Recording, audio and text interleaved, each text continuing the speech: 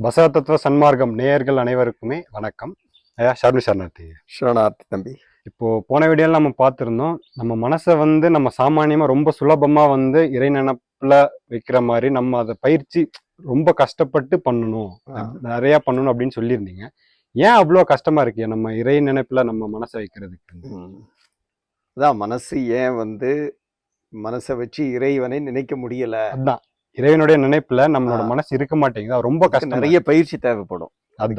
நிறைய பயிற்சி தேவைப்படும். பயிற்சி பண்ணாலும் கூட நிறைய பயிற்சி பண்றவங்க தோத்து போறாங்க அப்படின்னு சொன்னேன். ஆமா, அது கண்டிப்பாக. ஏன் அப்படின்னு சொன்னா, மனம்ங்கிறது மாயையினுடைய பிடியில் சிக்கியிருக்கு. மனசு மாயையினுடைய பிடியில். இப்ப அந்த மனம்ங்கிறது ஏறக்குறைய ஒரு மீன் மாதிரி.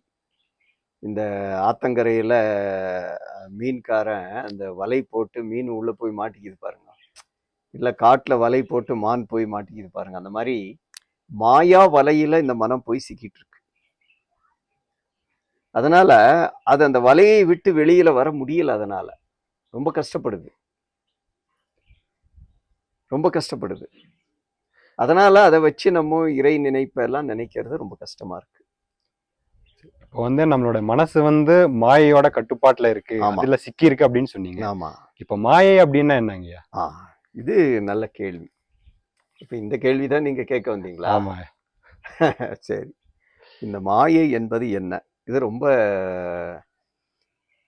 நம்ம பழைய ஒரு வீடியோலையும் பார்த்துருக்கோம். உங்களுக்கு நினைவு இருக்கா இல்லைன்னு தெரியல. மாயை என்பது இருப்பதை இல்லாதது போலும் இல்லாததை இருப்பது போலவும் காட்டுவது மாயை. இப்போ காணல் நீர் பார்த்திருக்கீங்களா?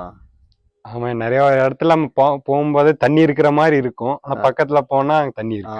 அந்த வண்டியில போனா அந்த தார் ரோட்ல தூரத்துல தண்ணி நிக்கிற மாதிரி இருக்கும். ஆமாங்க. அங்க ஏதோ மழை அடிச்சிருக்கு போல, தண்ணி இருக்கும் போல அப்படின்னு சொல்லி நம்ம டிராவல் பண்ணி அந்த இடத்துக்கு போனா அது தண்ணியே இருக்காது. அது இல்லை, ஆனா தூரத்துல இருந்து இருக்கிற மாதிரி தெரியுது. இதுதான் மாயா தோற்றம் அப்படிங்கிறது. இல்லாதது இருப்பதை போல, இருப்பது இல்லாததை போல. இப்ப இதை நீங்க நல்லா புரிஞ்சுக்கணும். இந்த உலகத்துல முழுமையா நிறைந்து இருக்கிறது எது? இறைவன். இறைவன். ஆனா இப்ப பாருங்க, இறைவன் இருக்கானா? உங்க கண்ணுக்கு தெரியுதா? இல்ல, இதுவரை தென்படல. அப்போ உண்மையிலேயே இருக்கின்ற அந்த இறை சக்தி நம்ம கண்களுக்கு புலன்களுக்கு புலப்படல. இது எதனால இருந்தா மாயையாலதான். அதே சமயத்துல இல்லாத ஒன்று, இல்லாத ஒன்றுனா இங்க இப்ப பாக்குறோம் இல்லைங்களா, இதுல எதுவுமே நிச்சயம் இல்லை, ரொம்ப நாள் இருக்காது. இப்ப பாக்குற எல்லாமே நீங்க வேணா பாருங்க, ஒரு உங்க ஊர்லயோ உங்க டவுன்லயோ நீங்க பாத்தீங்கன்னா ஒரு 10 வருஷத்துக்கு முன்னாடி இருந்த மாதிரி இன்னைக்கு இருக்காது. மாற்றம் அடைஞ்சுக்கிட்டே இருக்கு, மாறிக்கிட்டே போகுது, மாறிக்கிட்டே போகுது. இப்ப எல்லாம் புதுசா எல்லாம் அப்படியே வந்துருச்சு, பழசெல்லாம் எங்கே காணோம். இந்த ஊர்ல பெரிய பெரிய ஐயாக்கள் எல்லாம் வாழ்ந்தாங்க, மனிதர்கள் எல்லாம் இருந்தாங்க, அவங்க எல்லாம் இன்னைக்கு இல்ல. புதுசு புதுசா எல்லாம் குழந்தைகள் பிறந்து வராங்க, இப்ப வர்றாங்க போறாங்க. ஆனா நம்ம தோற்றத்துக்கு நம்ம பாக்குறதுக்கு எப்படி இருக்குன்னா, எல்லாமே அப்படியே நிரந்தரமா, நம்ம எல்லாம் அப்படியே நிரந்தரமா இந்த ஊர்ல உலகத்துல இருக்கிற மாதிரி தெரியுது. ஆனா எதுவுமே நிரந்தரம் இல்லை. இன்னைக்கு இருக்கிறது நாளைக்கு இல்லை, நாளைக்கு இருக்கிறது நாளைக்கு இல்லை, இப்படி மாறிக்கொண்டே வருது. அப்போ இந்த உலகத்துல நம்ம இந்த பார்க்குற இந்த பிரபஞ்சத்துல, இந்த பிரபஞ்சம் மாறுது இல்லைன்னா மறையுது. மாறிக்கொண்டும் மறைந்து கொண்டும் வருகின்ற ஒரு நிலை இருக்குது பாருங்க, அதுதான் மாயை. இந்த மாறிக்கொண்டு மறைந்து கொண்டு வர்ற இந்த நிலை எப்பவுமே அந்த பர்மனண்டா எக்ஸிஸ்டன்ஸ் ஒன்று இருக்கு இல்லையா, எப்பவுமே நிரந்தரமாக இருக்கக்கூடிய ஒன்று, அதை காட்டாம நமக்கு மூடி வச்சுக்குது. அது யாருமல்ல, அந்த இறைவனே அந்த மாதிரி ஒரு லீலையை பண்றான். அவன் தன்னை காட்டிக்காது, இந்த மாயா வஸ்துக்களை முன்னாடி வச்சு என்ன பண்றான், அதை மட்டும் நமக்கு காட்டிக்கிட்டு இருக்கான். அப்ப இறைவனை அறியணும்னா நம்ம எதை மீறி போகணும்? மாயையை மீறி போகணும். மாயை மீறி போனாதான் இறைவனை அறிய முடியும். அப்போ இறைவனை நினைக்கணும்னா இந்த மனசு தான். இந்த மனமே அந்த மாயைக்கு அடிமையா இருக்கும்போது எப்படி அதை மீறி போக முடியும்? நம்ம ரொம்ப கஷ்டம். இப்போ நம்ம மனசு மாயையில கட்டுப்பட்டு இருக்கு, அதுல சிக்கிட்டு இருக்கு அப்படின்னு சொல்லுவாங்க. இப்போ நம்ம வந்து இருக்கிறதுல வந்து எப்படி நம்ம எந்த இதுல வந்து நம்ம மாயையில சிக்கிட்டு இருக்கோம். அது மட்டும் இல்லாம இப்போ ஒரு சில பேர் என்ன சொல்றாங்கன்னா, எல்லாமே மாயை, இங்க எல்லாமே மாயை தான் அப்படின்னு சொல்றாங்க. அதெல்லாம் உண்மையா? நம்ம எப்படி இங்க மாயையில சிக்கிட்டு இருக்கோம் ஐயா? கண்டிப்பாக நம்ம மாயையில தான் ஆழமாக சிக்கிட்டு இருக்கோம். இப்ப நான் மாயைன்னா என்னன்னு சொன்னேன்? இருக்கிறதா இல்லாத போல காட்டுறது. இருக்கிறதே இல்லாத போல, இல்லாததை இருக்கிறத போல காட்டுறது. அந்த ஒரு காணல் நீர் பார்த்தோம் இல்லைங்களா? அந்த மாதிரி அது. சரி. இப்ப அந்த மாதிரி நம்ம வாழ்க்கையில நிறைய நம்ம வச்சிருக்கோம். இப்போ ஃபார் எக்ஸாம்பிள் நம்ம சொல்லணும்னா, நான் இந்த காயத்தை தரித்து வந்திருக்கேன். இந்த உடல். இந்த உடல் என்பது நிச்சயமா ஒரு நாள் இல்லாம போகும். கண்டிப்பா. இது நித்தியமானது அல்ல. இது நிரந்தரமானது அல்ல. அப்ப அந்த நிரந்தரம் எதுக்கு இல்லையோ அது எல்லாம் மாயை என்று சொல்லுவாங்க. அப்ப இந்த உடலே எனக்கு ஒரு மாயை இது. அது மட்டுமா? இப்ப நான் சேர்த்து வச்சிருக்கிற சொத்து, சுகம் அல்லது நம்ம குடும்பம். இப்ப பாருங்க, உங்களுடைய வீட்டுல எடுத்துக்கோங்க. உங்களுக்கு உங்க வீட்டுல நிறைய முதியவர்கள் இருந்திருப்பாங்க, பெரியவங்க இருந்திருப்பாங்க. அவங்க எல்லாம் இன்னைக்கு நம்மளை விட்டு போயிட்டாங்க. அன்னைக்கு இருந்தாங்க, இன்னைக்கு இல்ல. இப்போ புதுசா பலரும் வந்திருப்பாங்க. அப்போ வர்றதும் போறதும் இந்த உலகத்துல சகஜமாக இயல்பா நடந்துகிட்டு தான் இருக்கு. அப்போ நம்மளை சுத்தி இருக்கிற இந்த உறவுகள், சுற்றம், சொந்த பந்தம், இது எல்லாமே மாயை. ஏன்னா இது வந்து எப்பவுமே நிரந்தரமா ஒன்றே, அது நம்ம எப்பவுமே ஒன்று போல இருக்காது. அது மாறிக்கிட்டே போகும். அப்போ அது நமக்கு மாயை. அப்புறம் நம்ம சேர்த்து வச்சிருக்கிற சொத்து சுகம் எல்லாம், ஒரு வீடு கட்டி வச்சிருப்போம், சொத்து வாங்கி வச்சிருப்போம். அது எப்பவுமே நம்ம கூட இருக்காது. அதுவும் மாறிக்கிட்டே போகும். நமக்கு முடியலைன்னா இன்னொருத்தருக்கு கொண்டு போவாங்க, அல்லது நம்ம செத்து போயிட்டா இன்னொருத்தருக்கு போகும். அப்போ எந்த ஒன்றுமே இந்த உலகத்துல நிரந்தரமாக இல்லையோ அதோட நம்ம இருந்துகிட்டு இருக்கோம்னா நம்ம மாயையோட இருந்துகிட்டு இருக்கோம். நீங்க எதெல்லாம் நிரந்தரம் இல்லாத ஒன்றோட நீங்க ஒன்றிக்கிட்டு இருக்கீங்களோ அதெல்லாம் மாயைன்னு வச்சுக்கலாம். இப்போ இந்த மாயையை உணர்த்தும் பொருட்டு தான் ஒரு அற்புதமான வச்சனாமிருதத்தை நமக்கு சரணர்கள் சொல்றாங்க. அதை பார்க்கலாங்களா? சரிங்க. எப்படி இந்த மாயை நம்மள அது சாமானியமா விடல, நாளுக்கு நாள் நம்மளை கொன்னுகிட்டே இருக்கு. மாயை என்ன செய்யுது? கொன்னுகிட்டே இருக்கு. ஒவ்வொரு நாளும் இன்ச்சா சின்ன சின்ன அளவுல நம்மளை மரணத்தை நோக்கி இழுத்துக்கிட்டே போகுது. இந்த மாயையினுடைய வேலையே என்னன்னாக்கா, நம்மளை கொண்டு போய் மரணத்தினுடைய வாயில கொண்டு போய் விட்டுட்டு வந்துடும். அதனுடைய வேலையே அதுதான். அந்த மாயையினுடைய அந்த விஷயத்தை அறிஞ்சு அதுல இருந்து தப்பிக்கிறது தான் புத்திசாலித்தனம். அதுக்குதான் ஞானம் வேணும். அதுக்கு இவங்க இப்போ கொடுத்திருக்கிற அந்த தலைப்பு என்னன்னா, கொல்லும் மாயை. நம்மளை யாரும் கொல்ல வேணாம், மாயையே நம்மளை தினம் தினம் கொல்லுது. சரிங்களா? இன்றைக்கென்று நாளைக்கென்று என்றே இந்த வெந்த உடலை சுமந்தே கழிந்தது சம்சாரம். இந்த உடலோட நானு, இது வெந்த உடல். ஏன் வெந்த உடல்னு சொல்றாங்க? வெந்த அரிசி வேகாத அரிசின்னு இருக்குத்தானே. வெந்த அரிசினா அந்த நெருப்புல, அந்த காங்குல என்ன இருக்கு? வெந்து போயிருக்கும். அதே போல இந்த உடலும் பல நெருப்புல இது வெந்துகிட்டே இருக்கு. நான் முன்னாடி சொன்னேன் இல்லைங்களா, அரிஷட் வர்க்கம். காமம் என்ற நெருப்பு, கோபம் என்ற நெருப்பு, மதம் என்ற நெருப்பு, லோபம் என்ற நெருப்பு, இதெல்லாம் நெருப்பு. இந்த உடலை அது அப்படியே அந்த நெருப்புல நம்ம வெந்துகிட்டே இருக்கும். அதனால இந்த உடலை பெரியவங்க வெந்த உடல்னு சொல்லுவாங்க. இந்த உடல் தினம் தினம் தினம் தினம் அந்த அக்னியில வெந்துகிட்டே இருக்கு. ஆக இந்த உடலை நான் சுமந்து, அந்த உடலை சுமந்த காரணம் எனக்கு பசி வருது, தாகம் வருது, தூக்கம் வருது. இப்ப பசியை தீக்கிறதுக்கு எனக்கு ஏதாவது சாப்பிடணும். இன்னைக்கு வீட்டுல இருக்கான்னு நான் பார்க்கணும். இல்லைனாக்கா வேலை செய்ய ஓடணும். எனக்கு மட்டுமா? என்னை சார்ந்தவர்கள் இருக்காங்க. என் மனைவி, என் மக்கள், என் குழந்தைங்க, என் உற்றார்கள், என் தாய் தந்தை, இப்படி எல்லோருக்குமே நான் போடணும். அதுக்காக ஓடணும் நான். அப்போ அந்த பற்றுங்கிறது ஒரு மாயை, அது நிரந்தரம் அல்ல. இந்த உடலும் ஒரு மாயை, இதுவும் நிரந்தரம் அல்ல. எல்லாத்திலையுமே பசி இருக்கிறதுனால அந்த ரத்த பந்தத்துல நம்ம என்ன பண்றோம்? இன்னைக்கு ஓடிட்டே. வேணும், நாளைக்கு வேணும், வேணுங்கிறத வச்சுட்டு நம்ம ஓடிக்கிட்டே ஓடிட்டே. இருக்கோம். நம்மள ஓட வைக்குது.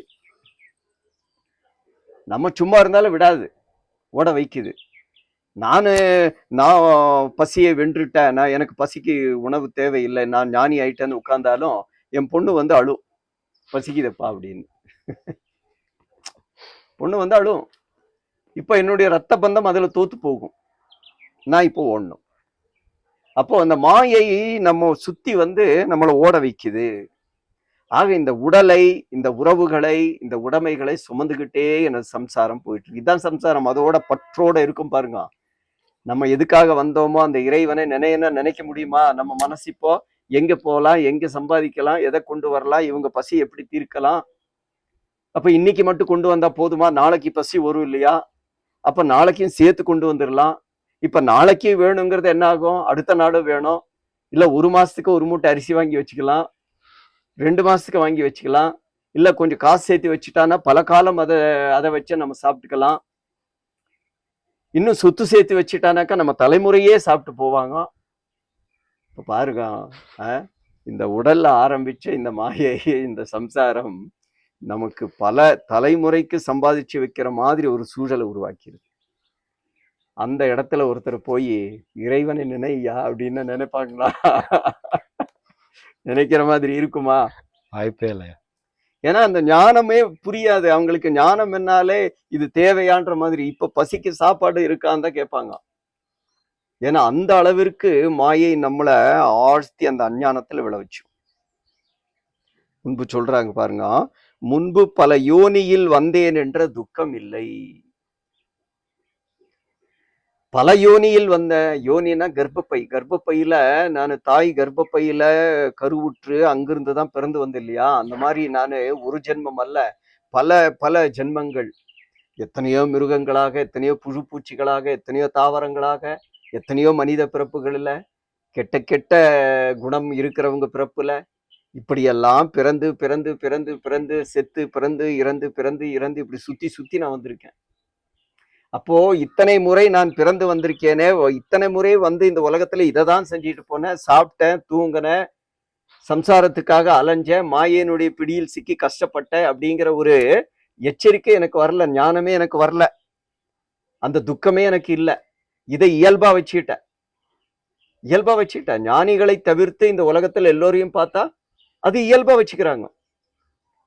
எந்திரிக்கணும், போறவனும் சம்பாதிக்கணும், எப்படியோ சம்பாதிக்கணும், கொண்டு வந்துடணும், சேர்த்து வச்சுக்கணும், இது இவ்வளவுதான் நம்ம வாழ்க்கைன்னு நம்ம நினைச்சுக்கிறோம். ஞானிகளை பார்த்தாதான் ஏதோ டிஃப்ரெண்டா நமக்கு தெரியும், இவங்க என்ன இப்படி இருக்காங்க அப்படின்ற மாதிரி. இவங்களுக்கு அவங்கள பார்த்தா இவர் வித்தியாசமா நடக்கிறாரு என்ற மாதிரிதான் இருக்கே தவிர்த்து உலகத்துல அதுதான் இயல்பான ஒரு வாழ்க்கையாக இருக்கு. முன்பு சொல்றாங்க, முன்னே முக்தி அடையும் யுக்தியும் இல்லை. இது வேணாம், இந்த சம்சாரம், இந்த மாயை நம்மளை தினம் தினம் கொல்லுது. எதுக்கு இந்த வலி, துக்கம், கஷ்டம், துயரம் இவற்றையெல்லாம் சுமந்துக்கிட்டு இந்த இது எதுக்கு? இதெல்லாம் இல்லாம இந்த பிறப்புக்கு வராம இறைவன் பாதத்துல அந்த முக்தியாக அப்படியே போயிடலாமா அப்படிங்கிற ஆசையும் யாருக்கு வர்றதில்லை. இந்த மாயை சிந்திக்கவே விடாது. அதான் புள்ள வந்து அழுகுதே, நீ அப்ப ஞானத்தை சிந்திச்சுட்டு இருப்பியா? சிந்தனை செய்ய முடியுமா? உங்க அம்மா வந்து அப்பா பசிக்குதப்பா அப்படின்னா நீ ஞானத்தை சிந்திப்பியா, இல்ல சம்பாதிக்க ஓடுவியா? ஓடணும், அவ்வளவுதான். அந்த ஞானம் எல்லாம் நமக்கு அங்க வேலை செய்யாது. என்றென்றும் உன்னை நினைக்க விடாது. இந்த மாயை என்னன்னாக்கா, இவன் தப்பித்தவறி அந்த இறைவனை நினைச்சிருவானோ, இந்த மனசை வச்சு இறைவனை நினைச்சு இவன் என்னுடைய பிடியிலிருந்து தப்பிச்சு போயிடுவானோ அப்படின்னு மாயை அப்படியே பார்த்துக்கிட்டு இருக்கு. என்றென்றும் உன்னை நினைக்க விடாது கொள்கிறதையா இந்த மாயை கூடல சங்கம தேவா. அது குறிபார்த்து நம்மளை அட்டாக் பண்ணுது. ஒரு க்ஷணம் நான் அந்த அவனை நினைக்க விடாதது அந்த சூழலை உருவாக்கும். இப்ப இன்னைக்கு இப்ப போய் ஒரு கொஞ்ச நேரம் தியானம் பண்ணலான்னு நீங்க முயற்சி எடுத்து இறைவனை அப்படியே மந்திரத்துல அப்படியே சிந்திக்கலாம் அப்படின்னு நினைச்சு எடுத்து அப்படியே காலடி எடுத்து வைங்க. அடுத்த கணம் அது அப்படியே நம்ம முன்னாடி வந்து நிற்கும். அதுக்கு அனுப்பாது. அந்த டைம்ல வேற ஏதோ ஒரு விஷயம் வந்துடும், வேற யாராவது வந்துருவாங்க, வேற ஏதோ ஒரு பேச்சு வரும், ஏதோ ஒரு இடத்துக்கு நீங்க போக வேண்டி வரும், ஏதோ ஒரு சூழ்நிலை கொடுத்து நீ என்ன இறைவனை நினைக்கிறியா? ஏன் கண்ட்ரோல்ல இருக்க உனக்கு இது முடியுமா? அதெல்லாம் முடியாது போ. புரிஞ்சுக்கிட்டீங்களா? புரிஞ்சு. அப்போ இப்படித்தான் நம்ம தினம் தினம் அந்த மாயை என்ற அந்த அக்னியில சிக்கி வெந்து போய் தினம் தினம் நம்ம செத்துக்கிட்டு இருக்கோம். தினம் தினம் செத்துக்கிட்டு இருக்கோம். இப்போ நரகத்துல போவாங்க, கெட்டது பண்ணா நரகத்துக்கு அனுப்புவாங்க. அங்க வந்து பெரிய எண்ணெய் எண்ணெய் சட்டி இருக்கும். எண்ணெய் சட்டி இருக்கும். அதை அப்படியே சூடுபடுத்திட்டு இருப்பாங்க. நம்மளெல்லாம் அங்க போடுவாங்கன்னு சொல்லுவாங்க இல்லையா? அது அங்கெல்லாம் போகவே வேணாம், இங்கே அங்கெல்லாம் போக வேணாம், இங்கேயே அதுதான் நம்ம பண்ணிட்டு இருக்கோம். டெய்லி காலையில எழுந்ததுமே புத்துணர்வோடு எழுந்திருக்கிறவங்க இந்த உலகத்துல ரொம்ப ரொம்ப ரொம்ப ரொம்ப எண்ணிக்கைக்கு உள்ளவங்க. எந்திரிக்கும் போதே நினைவு என்ன ஆகுதுனாக்கா, என்ன விவகாரம், என்ன பண்ணணும், என்ன பண்ணணும், நாளைக்கு என்ன செய்யணும், இன்னைக்கு என்ன செய்யணும், எங்க போய் அன்னைக்கு நேத்து அங்க வர்றேன்னு சொன்னேனே அங்க போய் என்ன பண்ணணும், அந்த வேலைக்கு போய் அவ்வளோ காசு கொண்டு வந்து என்ன செய்யணும், இந்த பக்கம் கடன் இருக்கும், இந்த பக்கம்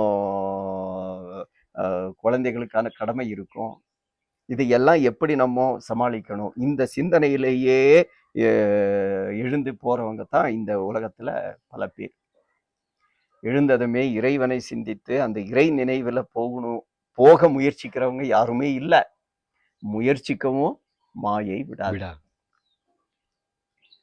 அப்படிப்பட்ட மாயை, அந்த மாயையினுடைய பிடியில நம்ம சிக்கிக்கிட்டோம்னா புளிஞ்சு எடுத்துரும். அந்த மாயை இந்த உலகத்துல 3 விதமா உண்டுன்னு சொல்லுவாங்க. ஒண்ணு மண் ரூபத்துல. இப்போ ஒண்ணு வேணாங்க, உங்க கொல்லைக்கு வந்து ஒரே ஒரு பிடி மண் எடுத்துட்டு ஒருத்தர் போகட்டும் உங்க தோட்டத்துக்கு வந்து, நீங்க என்ன பண்ணுவீங்க? விடமாட்டேன், சண்டைக்கு போவ.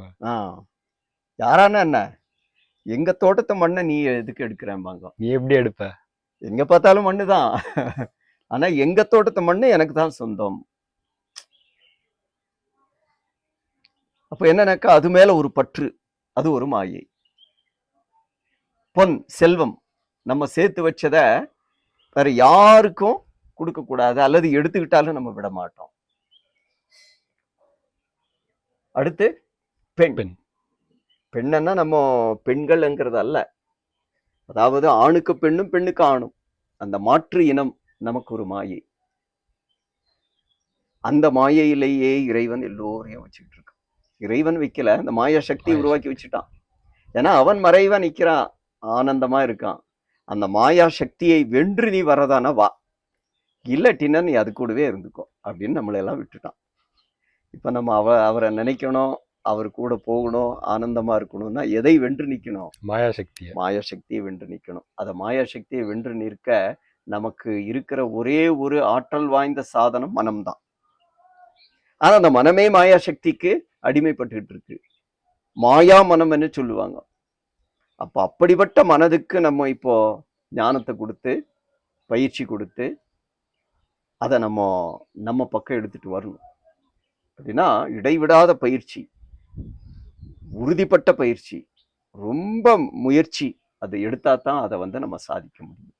ஐயா, இப்போ மாயை வந்து நம்மளை கொல்லுது, நம்மளை அழிக்குது அப்படின்னு நீங்க சொல்லியிருந்தீங்க. இப்போ அதை மீறி நம்மளால எதுவுமே பண்ண முடியாதா? நம்ம மாயைக்கு உட்பட்டு தான் இருக்கணுமா? அதோட கட்டுப்பாட்டுல தான் இருக்கணுமா? அதை மீறவே முடியாதா? மீறலாம். அந்த மீறி நடக்கிற அளவுக்கு நமக்கு அதாவது அந்த இறைவன் அருள் இருக்கணும். ஏன்னா இந்த மாயை நம்மளை சாமானியமா விடுறது இல்லைங்க. இதுக்கு தந்தை இன்னொரு வச்சனம் சொல்றாரு பாருங்க, நான் அந்த வச்சனத்தை சொல்ற பாருங்க. அந்த ஞானம் என்னன்னா, அழிக்கும் மாயை. இந்த மாயை இங்க இருக்கிறதே எதுக்காகனா எல்லோரையும் அழிக்கிறதுக்காகத்தான். அது எல்லோரையும் அப்படியே குட்டி குட்டி புடி புடி ஆக்கிரும், அந்த அளவுக்கு கஷ்டப்படுத்தும். அழிக்கும் மாயைங்கிற அந்த தலைப்புல தந்தை சொல்றாரு பாருங்க, நான் ஒன்றை நினைக்க தான் ஒன்றை நினைக்கும். இப்போ நீங்க என்ன நினைப்பீங்கன்னா, இன்னைக்கு காலையில ஒரு 4 மணிக்கு எந்திரிச்சு நான் இறைவனை தியானம் பண்ணி பூஜிக்கணும்னு நினைப்பீங்க. ஆனா அது முடிஞ்சதா? இல்லையா? ஏன்? நீங்க ஏதாவது நினைச்சதை நீங்க சாதிக்கணும் தானே.